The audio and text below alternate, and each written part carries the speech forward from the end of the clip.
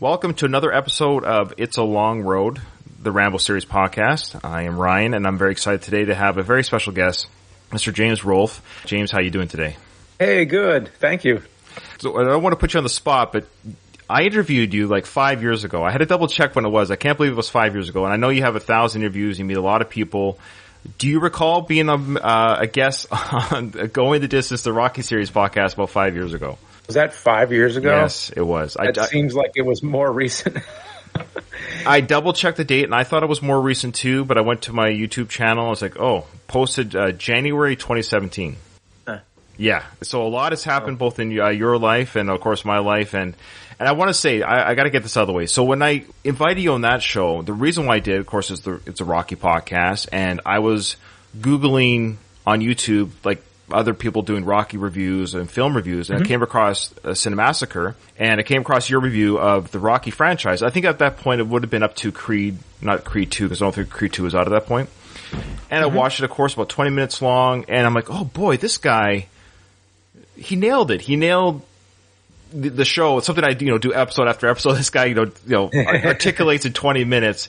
Anyways, I was really impressed by it, and I know you don't take this badly, but I didn't know who you were. I didn't know you from any other YouTuber or personality on YouTube or what have you. But I really like how you discussed Rocky, so I'm going to invite him on. Sent you an email, and I forgot that I sent the email, and you emailed me back after some time. Oh, sure, I'd love to come on. I'm like, oh, okay, cool. Then I Googled you, and I was like, oh, this guy actually has a Wikipedia page. So anyway, so anyone listening to you knows who you are. But for me, it was I just want to say thank you because one, I'm just a ham and egger, but you took a chance on a small little Rocky podcast and you came on. You're very gracious with your time. But I just want to say I feel bad because my brother and I at the time were so inexperienced and our recording equipment was terrible. And I think I was like, man, I don't think I gave James the best interview. I feel bad. So time has passed. I've interviewed other people, but I will say having you on helped me get other people on my show, if that makes sense. And I was able to interview like Robert Tepper, who sang No Easy Way Out. I interviewed Vince DiCola, who did the Rocky IV soundtrack. And then then the best one I interviewed was, I don't mean the name drop, I'm just saying you were kind of the start of people allowing to come on my show, was Bill Conti. I got to interview Bill. Oh, wow. Yeah. How many Oscars do you have, James? I'm just sorry. Oh, Oscars? So anyways, I just wanted to thank you again for coming on the Rambo podcast. So tell the listeners, what do you do, who are you, and why would people know you? I am best known as the Angry Video Game Nerd. I review old video games, the ones that you don't want to remember, the ones that frustrate you. Yeah, that's really all it is. It's a nostalgia channel. I do nostalgia stuff. Rocky's a big part of it. That's especially cool, too, to hear that you found out about me from Rocky. It's always neat when it's something different. Some people say, oh, I learned about you from your horror movie reviews or Godzilla or something. So that's always cool. You were the Rocky guy, and that's how I first found out about you, was searching out Rocky stuff.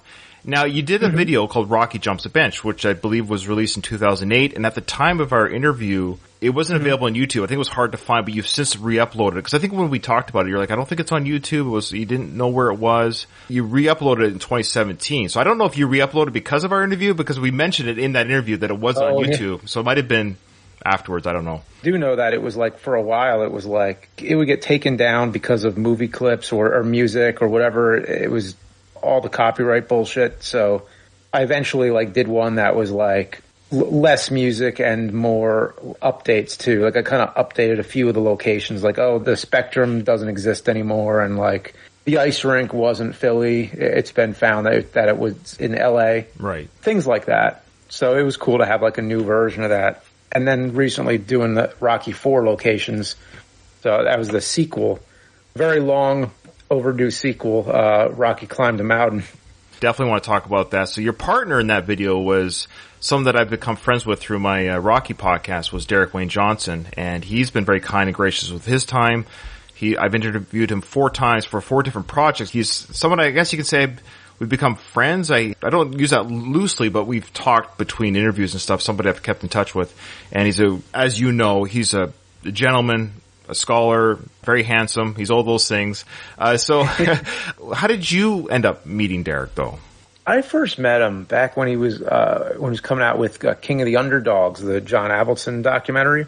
As I recall, I think he emailed me but I did an interview with him on the channel, and since then, I've met him a few times in LA, and then this time doing the Rocky documentary.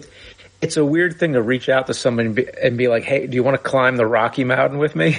And he was into it, and that was really cool because a lot of people would think like, "Oh, this is crazy." Like this is because it was kind of a crazy idea, but I wanted to do it. It was kind of a bucket list thing. Just wanted to see who was going to go with me, and he's been like my Rocky buddy. Even though we like all kinds of stuff, we like all kinds of films, but we kind of met over Rocky themed things, John Avildsen, those kind of topics. So it was great, to have somebody who was really into it, who just wanted to be there and wanted to get close to those locations, like as close as we were able to. Yeah, I mean, it was kind of like a little bit of a spiritual journey. It was cool. Yeah, it's a wonderful video. I watched it the moment you guys dropped it. He hinted at it. I was very excited about it, and when I heard it was coming out and when I saw it, amazing stuff, amazing footage. And legit, I'm very impressed that you guys found what you found. It's one thing to find the corner of a street in Philadelphia where Rocky's house was or where he talked to Gazzo. It's another just to find like where were those homes that Rocky was training at, where was the river that he ran through. That was legit. Like, oh, you actually found the river that he ran through. And all that stuff was pretty spot on and amazing. I was getting very stressed out though. I don't want to spoil the ending. When you guys were getting closer to where the mountain was, like, what do you guys are wearing like flip flops and tank tops? I mean, like, I was getting kind of like, you guys are not prepared to climb that mountain. It stressed me out. I was like, how far I was getting worried about your food. Do you guys have enough food to eat? Like, it was really stressing me out. It seemed like, where's your food? Where's your water? I think we went to the store before that. We got like those granola bars and stuff like that. So we had that. We had like bottles of water. The only thing we didn't think about was like we should have really got some like good hiking gear. Yeah, you were in sneakers or something. Yeah, you're sliding all over the place. But yeah, it's a wonderful. Yeah. I'll just plug it. I mean, obviously, guys, if you're a Rocky fan or even obviously just a James Rolfe fan, I'd recommend watching that video. I mean, nobody needs my plug. I mean, I don't know what. Anyways, you're gonna get a huge bump for my plug. But anyways, I just want to say it is amazing and well done. But I have a challenge for you and Derek for another Rocky location though. Oh, okay, cool. The Rocky 3 beach scene. We need to have you guys do the beach, and and you guys will have to do the run with each other, and glistening legs, and high shorts, and hug each other in the ocean. I mean, that has to be the follow-up. Yeah. Rocky ran a beach or something. Yeah, Rocky ran the beach. There you go. Perfect. So you heard it here, folks. That's my challenge to you guys is that. Cool. And then you'll have to find Tough Gym. That was the gym that Apollo took Rocky. It's called Tough Gym. So I don't know if that gym is still there, but it'd be interesting to see if you guys could find that location. Well, now you got me curious. I'm gonna start looking into it. Well, you've got me curious there, James. Okay. Yeah. All right. So there you go. There's a little bit of Rocky talk, but now we're going to roll into, of course, into Rambo. This is a Rambo podcast. What is your fandom overall with Rambo? Or is it just Rocky? Am I dragging you through this? What's going on? Oh, yeah. Like I probably saw, I was going to say Rambo 2, but technically it is Rambo 1. It's First Blood Part 2. It's Rambo First Blood Part 2. Yes, that's the official. Yeah. It's always been kind of a confusing situation. Like I remember as a kid, I think my dad showed me these movies, or they were on TV or something, and I was asking him, like, wouldn't it be Second Blood? Like, there's First Blood, Second Blood. Yeah. Well, Last Blood, that one fell in, so you're right. It should have been Second Blood. Or More Blood. Additional blood. Yeah. Rambo 2, whatever we call it. It's fine. Was like the NES game. So it was the same plot of the game where he has to go into Vietnam, right? Yep. And he has to take the pictures, and I think he asks in the beginning, he's like, what, you just want me to take pictures? That's it? You don't want me to, like, rescue the hostages? That whole plot happens in the game, like, in, like, the speech bubbles. The first movie, I think, is the best, in my opinion, but it's very different. It's not what you think of when you think of Rambo. You think of him, like, running in to rescue people, whereas the first movie, it's just like a war between him and the police force. But this movie was where he got like really ripped and went into that like macho 80s hero character. Yeah, I mean, the second movie is just, it's classic. It's very different than anything he's done like with Rocky or anything. It's just such a different character. Sly probably is one of those actors you kind of think of in a typecast kind of way as like just doing like one thing, doing like an action hero, but it's so different, Rocky and Rambo. People have made fun of Sly throughout the years for his acting chops or what have you. But when he plays Rambo and when he plays Rocky, I don't see Sly. I actually see the Rambo character in Rocky. Like, he does a great job separating the two characters. And he's known for both. And there's very few actors that can do that. I mean, when you watch Indiana Jones or Harrison Ford play Indy, I don't think Han Solo. There's very few actors that have been, like, immortalized by a certain character where they can be almost two different iconic characters. And you don't get the two mixed up. I think Sly's one of those few people who have done that. Yeah. I think this movie is a great testament to that. And that's a good point about Harrison Ford, too. He has a lot of roles, but, two big roles that you're known for that are different, but they're kind of the same. They're kind of a little bit related, but different. Yeah, because I think every actor channels themselves to some degree within their own acting. It's just natural. Yeah. Before I forget, I found out that you were the first person on YouTube to use a thumbnail. Did I hear this wrong? It was on another YouTube channel. I'm not sure, actually, because I don't remember it letting you pick thumbnails back then. I don't know when exactly the thumbnail would have been, but let's see if I can find the video. It's one channel that I follow. They were doing like YouTube history or just the first, like they're talking about like records that were broken or what have you. Did they mention you? And it was just like apropos because I was like, I'm going to be talking to James like in 2 days when I watch this video, and they said that you were the first use of the thumbnail. So maybe it was by accident. I don't know, but I was going to. Okay. Oh wow, well, it's pretty cool though. That's pretty awesome. Okay, so do you remember then the first time you watched Rambo? How old you were? Did your parents rent it for you or something like that? Oh, pretty young. I mean, I don't really remember if it was a rental or if it was on TV. I mean, I suppose it had to be a rental because I remember the fuck 'em line in part 3. Yeah. It's a big moment. 2 and 3 kind of blurred together in my memory a little bit, but I was definitely pretty young when I saw them. Right. Well, how old are you now, if you don't mind me asking? Oh, now I'm 42. Yeah, so I'm just about 5 years old now, 4.5 years older than you. Yeah, so that sounds about right. So you would have seen part 3 for sure on VHS or rental, because my mom took me to Rambo 3 in the theater. That was my first Rambo film to see in the theater, was part 3. I would have been 13 at the time, so you would have been 9. Yeah, so yeah, you would have been young when part 3 came out. So really, you're still quite young. So for you to be about 9 years old, 10 years old, and already those 3 Rambo films, I can't imagine your parents are rushing to get you the Rambo trilogy at that age. Yeah, I don't think so. Yeah, so my mom took me to Rambo 3. And then I've seen the rest. Yeah, then I saw, of course, 4 and 5 in the theater. But yeah, the first 2, of course, I was too young to see in the theaters. Oh, cool. Because I actually just watched your Saturday morning cartoon video. I think it's your latest one on your channel there. And I noticed all the cartoons you were mentioning. It's like, these are all your memories. And these are all James' memories of cartoons. They didn't relate to me, so I knew you must have been just that. It's funny because with cartoons, it's like there's a certain cartoons that will come out that when you get older, you think to yourself, well, I'm not watching those. Those are for kids. And I was probably 10 or 11 when I'm thinking in those terms. So that makes sense because my Saturday morning cartoons were quite different. I mean, I used to watch like Hulk Hogan's Rock and Wrestling. G.I. Joe, of course, was big. He-Man. Yeah. So it's just, but the Muppet Babies and the ones that you were bringing up, those were kind of new. They were like, I've stopped watching it.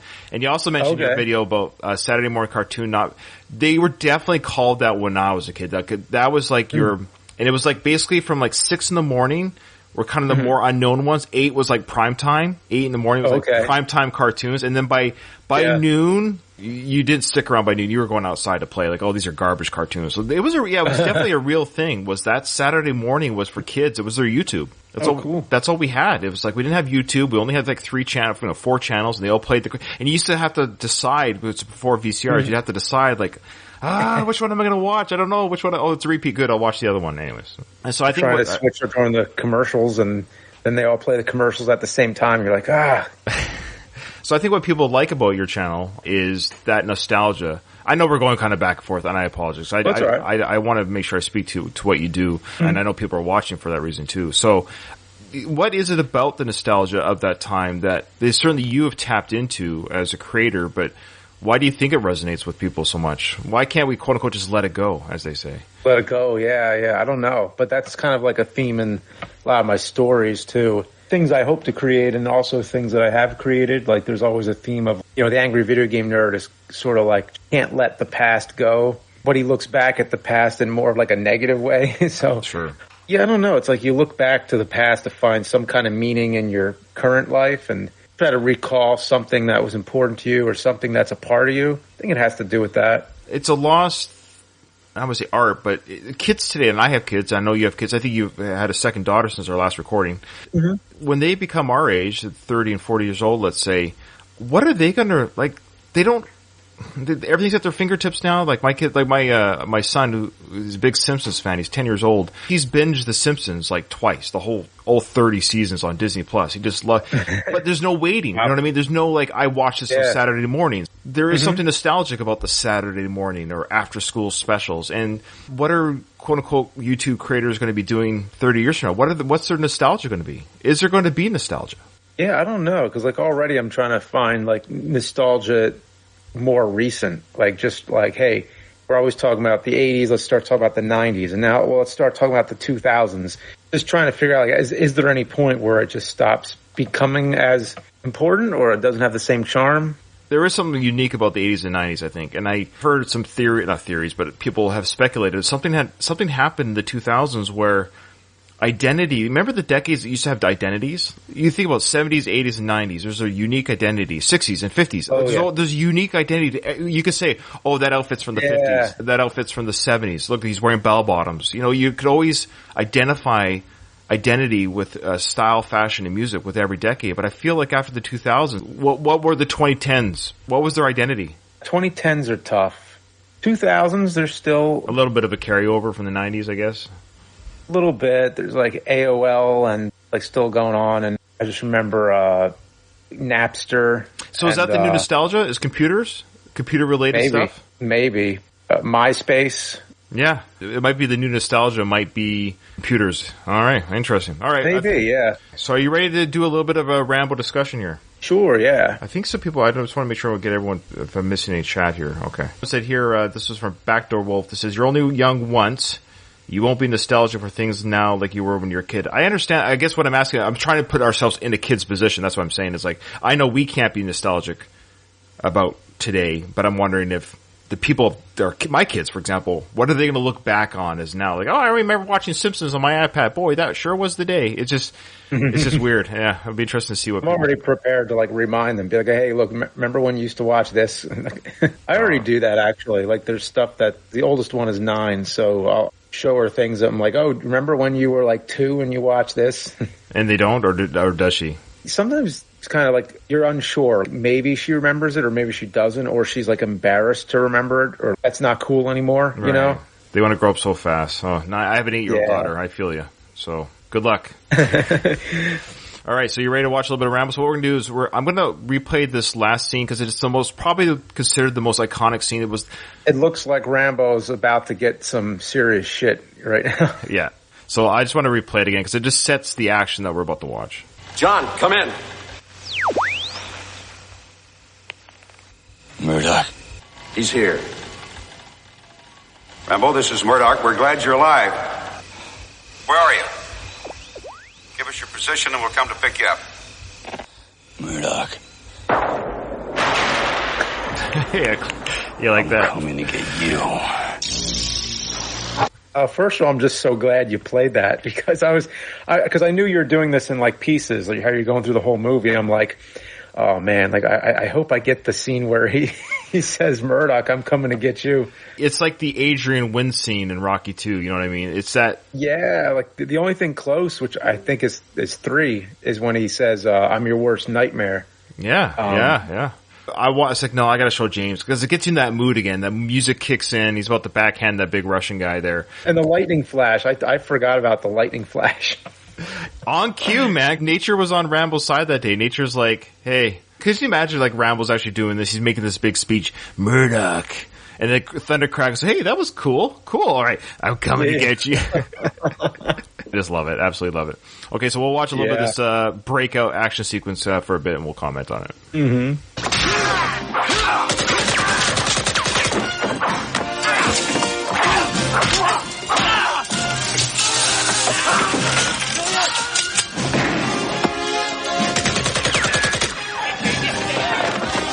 All right, what I like right away is that his female partner, she's been kind of not really helping out Rambo, but now she's doing it, man. She's taking out a few of the Viet Cong there to get Rambo out of there. And I love the payback. If you remember before the scene, like Rambo was getting tortured quite extensively by that big Russian guy, and that was his payback. Using like it was like that thing. Why can't I'm blanking on it? It's a mattress. It's like a spring mattress. Yeah, it's like the bottom part of what you put on the bed.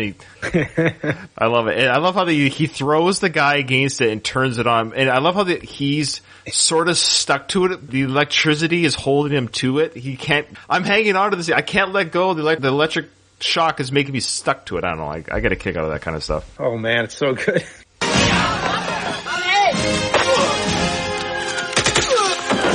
See, now Cole's taking out like 4 guys.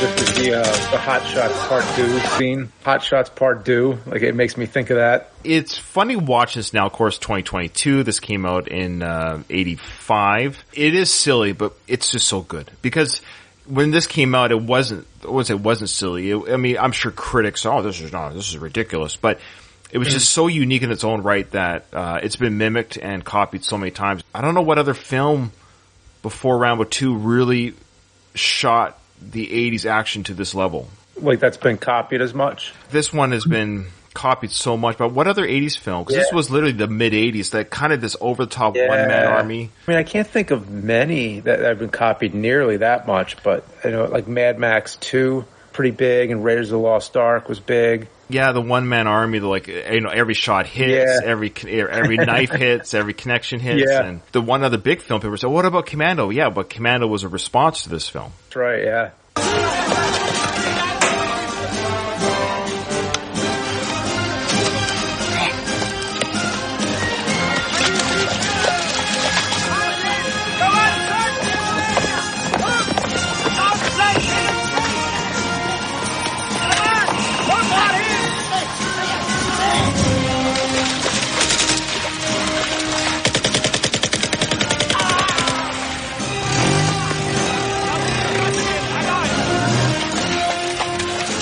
So I just love how many soldiers, I mentioned this in a previous episode when they first went to the camp, but just how many soldiers are at this location. You have 10 prisoners of war, but they have 100 Vietnamese soldiers or Viet Cong soldiers here. It's like, where do they sleep? What do they eat? Who's cooking all their food? I mean, this is quite an outfit. And they have a helicopter. It's just over the top protection for these 10 POWs that they move around every 2 weeks. I like the barbed wire, just moving it with his bare hands. Yeah, Rambo doesn't have time to put on gloves or any kind of protection. He's just got to move that barbed wire. Oh, I forgot to mention, of course, for our listeners, there's Russian soldiers have also joined the Viet Cong army. So Rambo is literally against 2 different military factions here. These guys are just, again, protecting or hiding POWs. That's all this assignment is. Like, your assignment is, they've got 10 soldiers for every one disease-ridden, sick POW that can't move. For our listeners, there's the big escape. Rambo and Co. are running out of the camp. Helicopters on them, so they're dodging the helicopter light. Rambo seems to have trouble with helicopters, both in part 1 and part 2, and in part 3. Helicopters seem to be a reoccurring theme, Rambo versus the helicopter. I mean, it's definitely a jungle movie. It's not like, it doesn't have a lot of different scenery to it. It's kind of in one place, but the amount of enemies it shows is insane. And the body count, fighting against the helicopter. I mean, I'm sure a lot of video games looked at this because it seemed like there was often a helicopter as a level boss or something, and you had to like take out the weak spot. So that was a long sequence. I mean, not in a bad way, but for quite a fun sequence. Of course, people can see this on their own movies, copies of the movie. But Rambo and Co. escaping, you got Rambo sliding down the ravines, and they're going through the water, and they got the helicopter chase, and it's an exciting sequence. It's almost very sweet of Indiana Jones. It has its own type of Indiana Jones flair, because a lot of it's just very little Rambo shooting back. They're just escaping. They got to escape. They realize they're a little bit outnumbered here. They can't take on the whole army, so they're trying to hide and escape. And now it's like the next day, I guess is what we're led to believe here. The sun is rising. Colonel Troutman's going to go talk to Murdoch here. You got Murdoch. He's literally a little bit nervous under the collar there. He is sweating now. He's really sweating now. First he was sweating because of the heat, but now he's sweating because he's got the threat from Rambo. I'm coming to get you. Yeah, it pays off so good at the end, too. It really does. What do you think is better, the Rambo 2 ending with him facing Murdoch, or Rambo facing down Teasel, Sheriff Teasel in the sheriff's station? Which one do you think is a better payoff? Oh man, the first movie. That's tough though. I think if I were to take the scene out of context, I think this one with Murdoch as a whole, I think the first movie does it best. Sure, that's fair. Yeah. But it is a nice little sequence, of course, when he goes in, he's going to stab him, or what we think will be a stab, but it's not. But yeah, it's a great sequence. So Murdoch here, though, he's sweating. We're safe for now.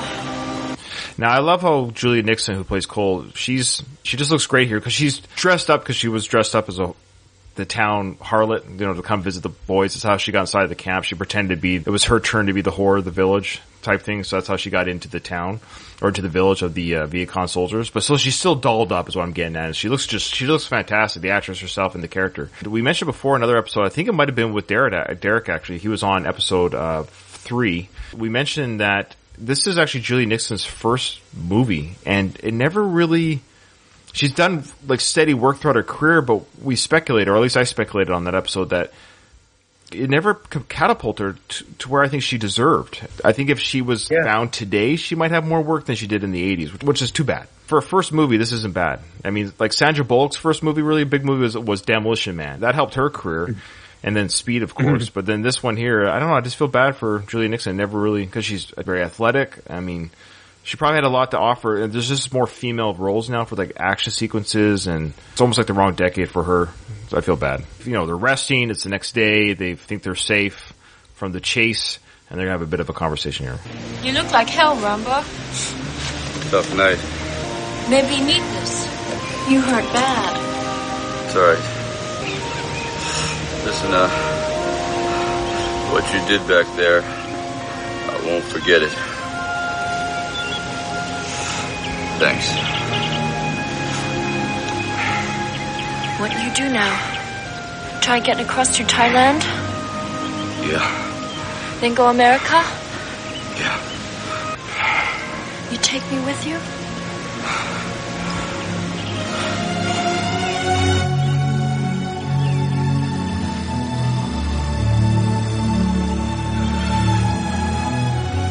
You take me?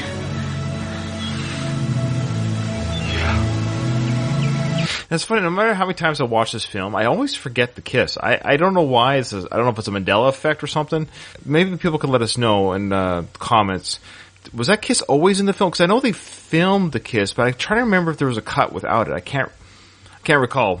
But it's just weird seeing Rambo kiss. I don't know why I find it weird. I don't really remember it either. I do remember what happened. We're getting there. What a bummer. Just so you know, and James, the author David Morrell, which I had the pleasure of interviewing at the start of this podcast, he wrote the adaptation. So he wrote and created the character Rambo: First Blood, but then parts 2 and 3 were made as films, and he's the only author that has the rights to write the Rambo character. So he was given the scripts for 2 and 3, and he wrote his novelization from the scripts. So he had his own background. What he added for background for part 2, he did Sly Bad, or the Rambo character Bad. He made Rambo a virgin. So if you were to argue like which one's canon, well, I mean, you could argue David Morrell is the author of the creator of the character. So he said that at this point in Rambo's life, now of course Sly's a little bit older than the Rambo character in the books by about maybe 7 to 10 years, but had a high school sweetheart, and he went to war, and he came back. He never consummated that relationship with the girl before he went to war, and he's just never been with a girl since. So that was the first time he's kissed a girl, according to David Morrell, since his high school days. Yeah, I mean, it makes sense given his history, yeah. So she's like, "You take me to America?" And he's like, "Yeah." Get some co-time. I think you made good choice. Yeah. Yeah. We go? Let's go.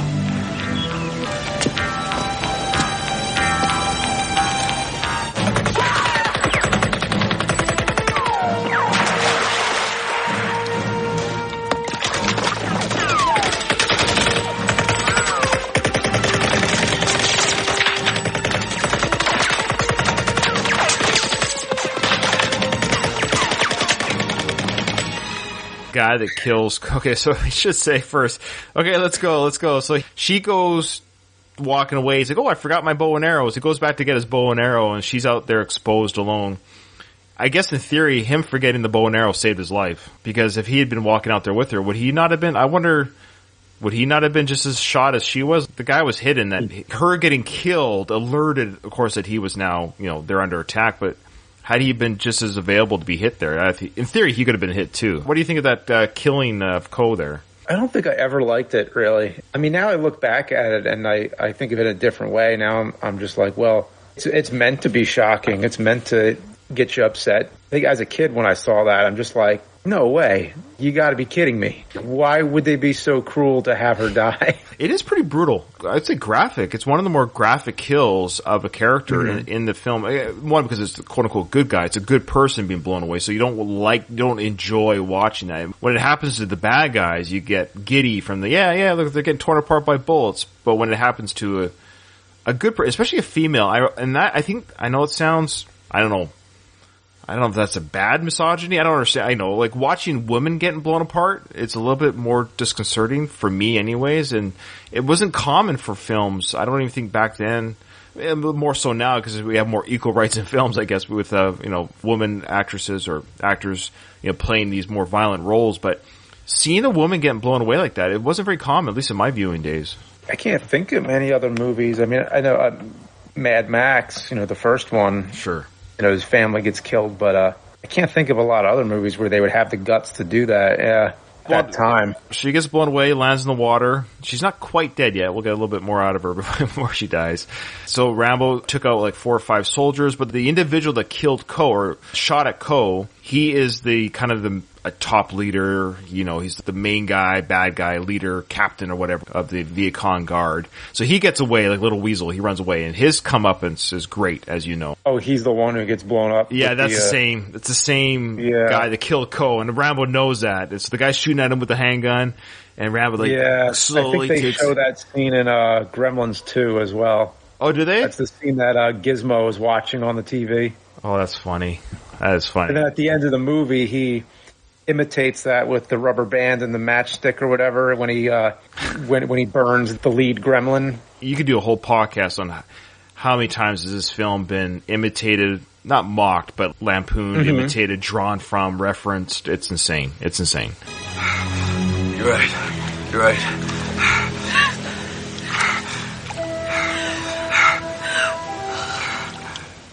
Rambo? Yeah. You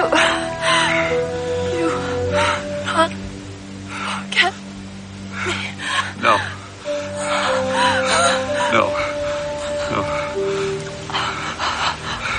And his virginity streak continues. Yeah, I was going to say.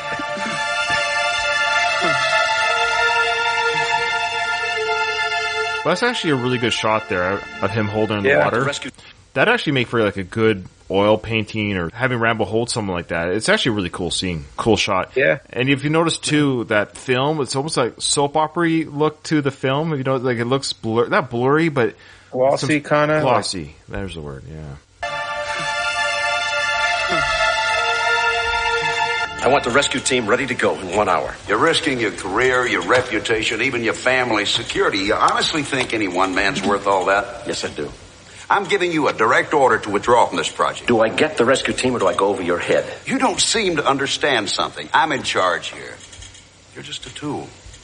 We're the machine. I want him placed under arrest. He's not to leave the base. Never had a chance, did he? Like you said, Colonel, he went home. Well, that's where we're going to stop. I know it's right where the revenge sequence kicks in. But let's talk about that sequence just before. So Murdoch's telling Troutman about, he's just a tool. I'm in the military. I'm in the Navy, I should say. And there are days or moments where, you kind of feel that way. And I understand that there's a big machine. There's a big mission or wherever it might be. And at the end of the day, the people that kind of run the machine or part of the machine, we're just tools. If I were to quote unquote die or fall over, somebody else just rolls in and takes my place. It's unfortunate, but that's kind of the nature of the military in general. It's what we sign up for. You wouldn't talk that way. To speak that, like that's the way that it works. Like everyone is kind of trained to know the other person's job to a degree. So if someone does fall or whatever, that there's someone else that can come in and take the place. But to speak that way like that so callously, it just shows this government conglomerate that's very indifferent to the sacrifices that these soldiers, they're people. They're not just tools. What do you think of your first experience on the Rambo podcast and watching a little bit of the film again after maybe a little while? Very cool. Yeah, it's such a great idea. You, on your Saturday morning cartoon, you showed a quick little piece, but you didn't talk about it, the Rambo cartoon. Because you showed footage of RoboCop. It's like, oh, come on. You didn't show it. Yeah. Because you're talking about how the videos of, cartoons, when we were kids, were able to take like hardcore rated R films and make them into kid-friendly cartoons.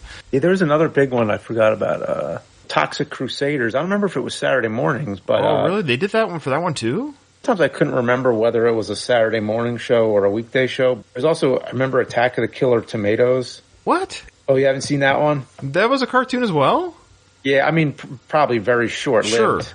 Sure. But there was like a team of heroes in it with swords that are dicing up the tomatoes, and that's funny. It was kind of gory because even though they were tomatoes, I kind of thought of it as like blood when they're getting cut up and everything. That is hilarious. That is wild. The Rambo cartoon was horrible. I remember because that came out when I guess I was a little bit older. I'd already been a fan of, the first two Rambo films. Even at the age of 10, I'd watched the first two. And I was getting a little bit old for cartoons at 10 or 11 back in the day. I remember the Rambo cartoon came out. I probably gave it a whirl, but the moment I realized it wasn't Stallone doing the voice acting, I think that was a big turnoff for me. Like, oh, that's not Stallone's voice. There's one scene where he rides a rocket in the sky, holds onto it, and I'm like, I can't do this. Cartoons don't work as well. Did you ever know the cartoon Robotech? Robotech? No, I don't think so. Okay, well, this is me going to nerd out on you a little bit. So this is my, you don't have to do this, but this is my challenge to you, because I think you should add this to your repertoire of reviews or something. It was it was like, you probably recognize the ships that these guys, so what it was a Japanese production. They would go into these like transformer robots that would turn into jets, and then they would also they could walk around. So the humans would control them in the cockpit, but they would transform from walking robots to jets, and they were like fighting this alien invasion and what have you. Huh. It's one of the best cartoons ever, but this was like 6 in the morning on Canadian television. They would show this Robotech, and it was one of the few cartoons that was like serialized drama. One episode would go into the next episode. And so it wasn't a matter of you could just be like, oh, I'm going to watch a He-Man episode. Like every episode ties in on it. Yeah, it was actually a serialized drama. Oh, wow. And it was about as adult as you could get to being a cartoon. Yeah. Wow. Yeah. I'm looking at images real quick. Yeah, that's so funny how there were so many of these shows that resembled Transformers, GoBots, Voltron, and all that kind of stuff. Yeah, it's one of the originals. It's an amazing cartoon. Wow. Amazing. It's been an absolute pleasure, James, having you on. I want to say thank you for guesting on the show, for cracking wise for a little bit, hanging out with me. I know your time is busy, but why don't you tell us what people can expect from Cinemassacre? That's your major channel. That's your mainstay, because I know you got a lot of projects. So do you want to describe again what that channel's about? And oh, well, I mean, it's just a nostalgia channel of video game reviews and movie reviews, and then any time when I do anything original as well. It's generally reviews of media. But yeah, I'm working on some horror movie reviews right now, and another Angry Nerd episode. It's a big one. Now, in fact, right after this, I'm going back to some editing, going into this like an analysis mode of like, movies and stuff. So this is your job. This is your doing this channel. I mean, I do a side channel. I'll just quickly plug it. I don't think any of my Rambo listeners. I do a reaction channel with my best friend called Whelp. That's WELP, Whelp. Here we are on YouTube. It's a hobby. We do like Patreon requests where people ask us to react to some songs and what have you. Anyways, I just like editing our own videos and things like that. I know how much work, on a small scale, how much work it goes into producing. I look at your channel, and I mean, how much of it are you doing on your own? Because I'll edit a stupid 10-minute reaction video, and it's just like, oh, this is so much time. I mean, do you have people to edit for you? Oh, thank you. Yeah, I do. Generally, I edit what I can, but then I send a lot of it to other people to edit. So the movie reviews, most of them are being edited by someone else, but I still look at the final product. That's the thing with the edit. The reason why I don't even want to offload it to anyone else is because I want to keep certain jokes in. It's that creative control, because when you send things it's creative control, yeah. It's like they edit it exactly how you want. Like, so how do you tell them how to edit it before they get it? They have the script, they have everything, they have all my notes, Because generally what I edit, it's already laid out because it's already written in a script. So like, here's how it goes. Will even be like notes in the script, like show this image, get it from this time code of the movie, use that. With all that work there, you might as well just edit it. Well, that's what I thought before. Okay. But there's so much bullshit work when you edit. It's like you're leveling out the sound and like trying to equalize the volume and do like a fade in here. And so much of it's technical, like color correction and like everything that goes into it. It is kind of easier to offload that because then once you offload it, you can start writing the next episode. So you're writing it while they're editing, and that keeps a flow going. No, that makes sense. Yeah, like I said, mine's just little reaction channels. It's just basically the video of me and my friend. I do the overlay and put her... Yeah. And I do it for this video, too. You'll see that what I'm looking at right now on Discord is not going to be what it looks like on YouTube. Are you allowed to say what your next Cinema Massacre video is going to be? Because this, just so you know, this will be about a month. This is going to be a month out when this comes out. I'm aiming for like 8 videos in October. The first one's probably going to be the Munsters review, which is shot and done. Somebody's editing that, but I'm doing the writing, shooting, and editing on the one that I just did today. Today I'm doing one because it's like really specific. I pick which ones I edit myself and which ones I give to someone else. Like, okay, you could do this. This one is really specific. This one might just be easier. I edit, but the next one I think is the Munsters.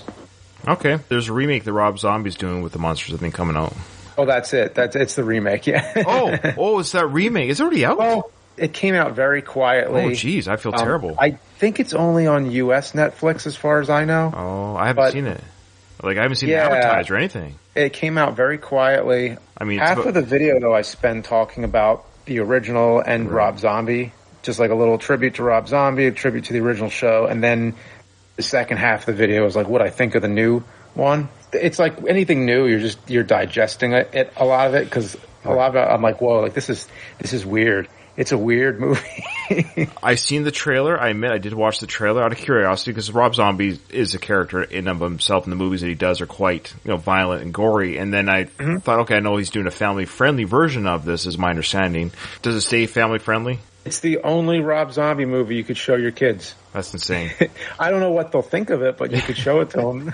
The visuals are great, but let me tell you, visually it just looks like the pure embodiment of Halloween. Like it looks like a retro Halloween commercial. The lighting is all just hyper colors. Everything is just vibrant and. All right. Well, by the time this episode comes out, it actually might be Halloweenish time. So that's funny. We did get one comment here on our Discord about Tough Jim. This was from Pooches. They said, I did some research about Tough Jim that you challenged James to make a video at, and they came up with nothing. But there is a website that has Google Map links to other locations of that film, Rocky 3. But Tough Jim might be something you're going to have to do some Sherlock Holmes type work to find out where the Tough Jim location is. Oh, okay. That's not known? Believe it might have been spelled, try Tuff. I can't remember now. I don't know if it was phonetically spelled or correctly spelled, but either way, it is called Tough Jim. That's where Apollo takes Rocky. This is where it all began, he says. This is where it all began. This is go back to the basics. And yeah. Okay. Yeah. So, are you honestly going to look at doing a Rocky 3 location beach sequence, Rocky Miranda Beach? It took me years and years and years to do the Rocky 4 one, so hopefully, I think this one might be easier. I don't think it should be as much. Yeah. Oh, it will be, but still, like just putting it on the list of everything else that's coming up. You got a busy life, and I'll let you go. I'm sorry, I could keep talking to you. I could nerd out with you as well. If we could talk Rocky Rambo video games. And again, James, thank you so much for coming on the show and honestly giving me another chance. I would say like a redemption, because you were very kind and gracious with your stories. First interview, because you did a lot of. We asked you a lot of how you got started and all that storyline stuff. So I didn't want to repeat all that same mantra, and you're probably tired of talking about that every time. Oh, that's all right. Yeah. But thanks for coming on this show, and good luck to you in your future endeavors. Oh, cool. Thanks. You too. All right. Thanks, brother. Bye-bye. Bye.